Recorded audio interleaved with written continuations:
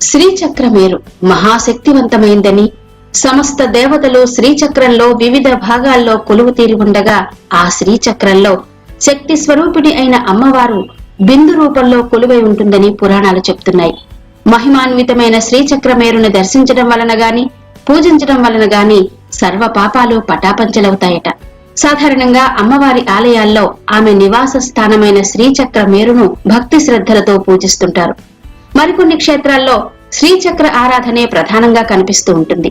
అయితే ఒక ఆలయమే శ్రీచక్రం రూపంలో నిర్మించడం అనేది ఆంధ్రప్రదేశ్లోని విశాఖపట్నం జిల్లా దేవీపురంలో తప్ప ఇంకెక్కడా లేదు.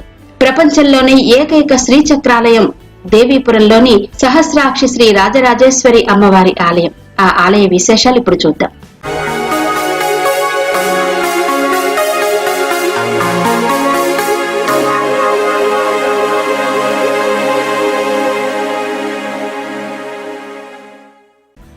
ఆంధ్రప్రదేశ్ రాష్ట్రం విశాఖ జిల్లాలోని సబ్బవరం గ్రామానికి 5 కిలోమీటర్ల దూరంలో ఉంది దేవీపురం గ్రామం.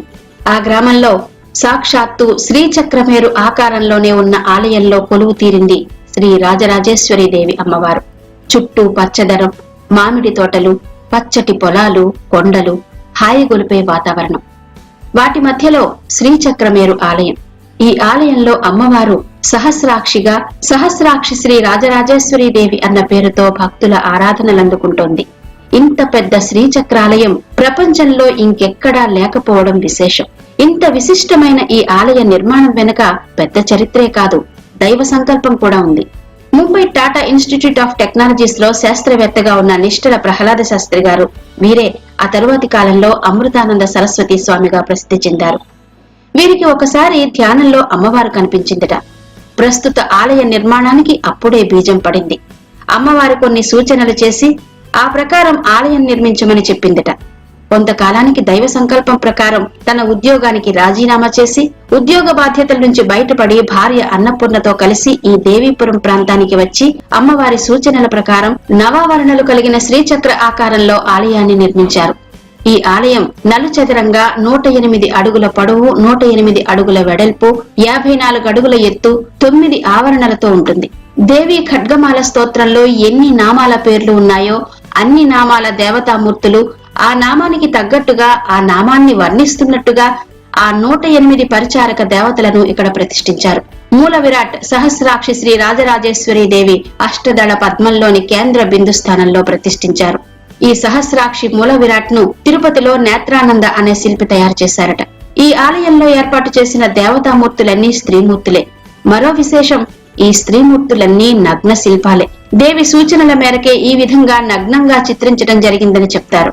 1983లో అమ్మవారిని ప్రతిష్ఠించగా 1985 నాటికి ఆలయం పూర్తయింది. ఈ ఆలయ నిర్మాణం జరగడానికి ముందు శాస్త్రి గారు ఈ ప్రదేశాన్ని సందర్శించినప్పుడు త్రికోణాకారంగా ఉన్న ఒక ప్రదేశం కనబడిందట. ఆ ప్రదేశంలో శాస్త్రి గారు ధ్యానంలో ఉండగా సకలాభరణ భూషితమైన 16 సంవత్సరాల కన్య సాక్షాత్కరించిందట. ఆ తరువాత దేవి సూచనల ప్రకారం ఆ స్థానంలో 3 అడుగులు తవ్వి చూసినప్పుడు పంచలోహ శ్రీచక్రం ఒకటి కనిపించిందట. ఆమె శ్రీదేవిగా భావించి కామాఖ్య పీఠాన్ని ఏర్పాటు చేసి పూజలు చేయడం ప్రారంభించారు. ఆమె సూచనల మేరకు ఇక్కడ యోని ఆకారంలో కామాఖ్య పీఠం ఏర్పాటు చేసి శ్రీచక్రాన్ని పీఠానికి అడుగున ప్రతిష్ఠించారు. ఇక్కడ ఏర్పాటు చేసిన నగ్న శిల్పాల వెనుక కూడా ఒక ముఖ్య ఉద్దేశ్యం ఉందట.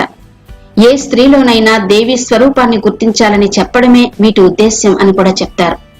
ఏ స్త్రీకైనా ముఖంలో విద్యనిచ్చే వాగ్దేవత ఉంటుందని, వక్షస్థలంలో ఐశ్వర్యమిచ్చే లక్ష్మీదేవి, గర్భయోనియందు సంతానాన్నిచ్చే గౌరీదేవి ఉంటుందని, ఒక్క మాటలో చెప్పాలంటే స్త్రీ శరీరంలో ఉండే దేవి స్వరూపాన్ని అవగాహన చేసుకోవాలన్న ఉద్దేశ్యమే ఇక్కడ ఈ స్త్రీమూర్తుల ఏర్పాటని చెప్తారు. ఇక్కడ పూజలు చేస్తే మన కోరికలన్నీ నెరవేరుతాయని భక్తుల నమ్మకం. గర్భాలయంలో అమ్మవారు విశాల నేత్రాలతో చక్కని ముక్కెలతో కళకళలాడుతూ ఉంటుంది. ఇక్కడ శివుడు ఆనంద భైరవుడిగా కొలువు తీరాడు. శివుడే ఇక్కడ క్షేత్రపాలకుడు. ఇక్కడి కొండ మీద ఒక శివాలయం ఉంది. 2 లింగాలయాన్ని ఇక్కడ ఏర్పాటు చేశారు. 2000 మంది ఒకేసారి కూర్చుని ఎవరికి వారు స్వయంగా లింగానికి పూజలు చేసుకునే విధంగా దీన్ని నిర్మించారు. ఇక్కడ ఒకసారి పూజ చేస్తే 2000 లింగాలను పూజించిన ఫలితం లభిస్తుందని భక్తుల నమ్మకం. అందుకే ఇక్కడ శివరాత్రి, కార్తీక మాసాల్లో పెద్ద సంఖ్యలో భక్తులు వస్తారు.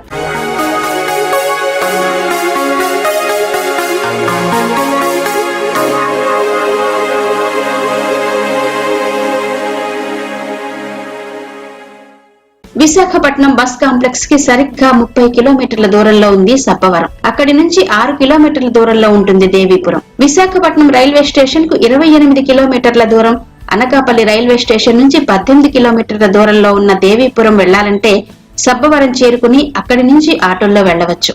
ఇవి ప్రపంచంలోనే ఏకైక శ్రీచక్రాలయం దేవీపురం ఆలయ